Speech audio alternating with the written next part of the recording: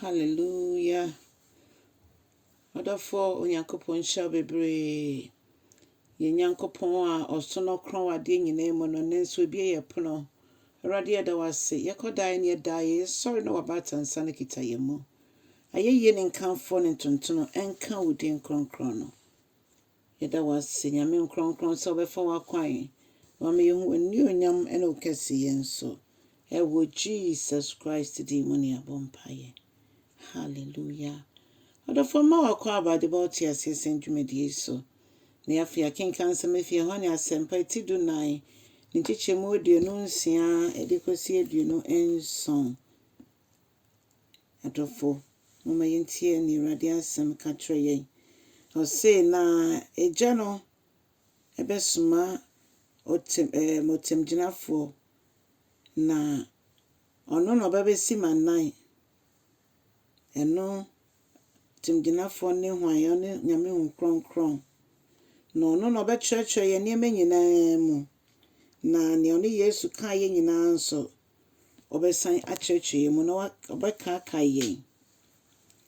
Ampa ne Yesu kyerɛ nyinaa ne ɛhwɛ sɛdia Christiana monto etia ana abrabote owiase mu a bibi ni wa betimi ayɛ bekwati ne Yesu ka yɛn. Nti ne no nsɛm no ye tokoso a ehye ye nkrane na Kronkron no wa kyerɛkyerɛ ye mu ma yate ase yie. Kronkron na agye akobia ekron. Kronkron ni ahoɔden, Kronkron ni ye kwankyerɛfo pa. Na Yesu kan sɛ mfi ha sei mfi asase so me mamu akyɛde bi. Akyɛde ne sɛ mobenya asomdwe na asomdwe a wiase entimi mfama ɛna mede mamo efisɛ moyɛ media masomdwe na ɛtɛ wiase nti ase nyina so no ɛno ɛna mede ɛbɛdom mo ama sɛ yenam ahohire mu ana ahoyehie mu mpo a ɛnam saa asomdwe na Yesu ɛde adom ne manti yenso yewumu chefa. Na afei ɔse asomdwe a yentua hwe ampa nso onyankopɔn asomdwe ne yentua hwe wɔ ho. Ɛno nti no momma yakoma entutu na momma yensuro hwe. Efisɛ Yesu Kristo etua ye ho ka nyinaa. Wetua ye ho ka nyinaa yende ka biom. Osinanka yen ene nkesese ewu asennua no so sense boni so aketua ne ewu.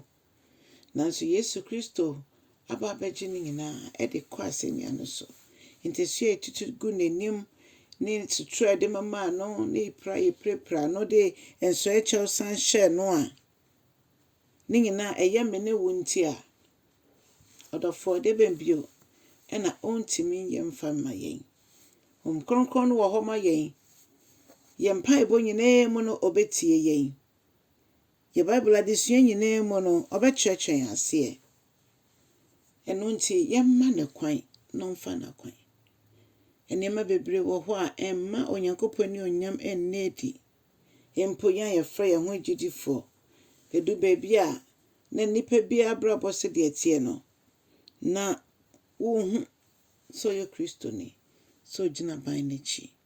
Onyankopɔn boa yen na yemma twere no emben ye yembata atwere no ho ye tie ne ye kan na onyankopɔn nam so na ode be nneema kese o ya brabo mu na asomdwe atawia senti ase nyina so no a ode adom no ma no yensa aka yenso ye chefa bedodo Yesu Kristo ati wo no nko ade sa asomdwe no ewo ho wodie ne se oba activate wodie ne se wodie gyina nyame asɛm so na ma ne nyame aka fa ye ho no entimi emre mu.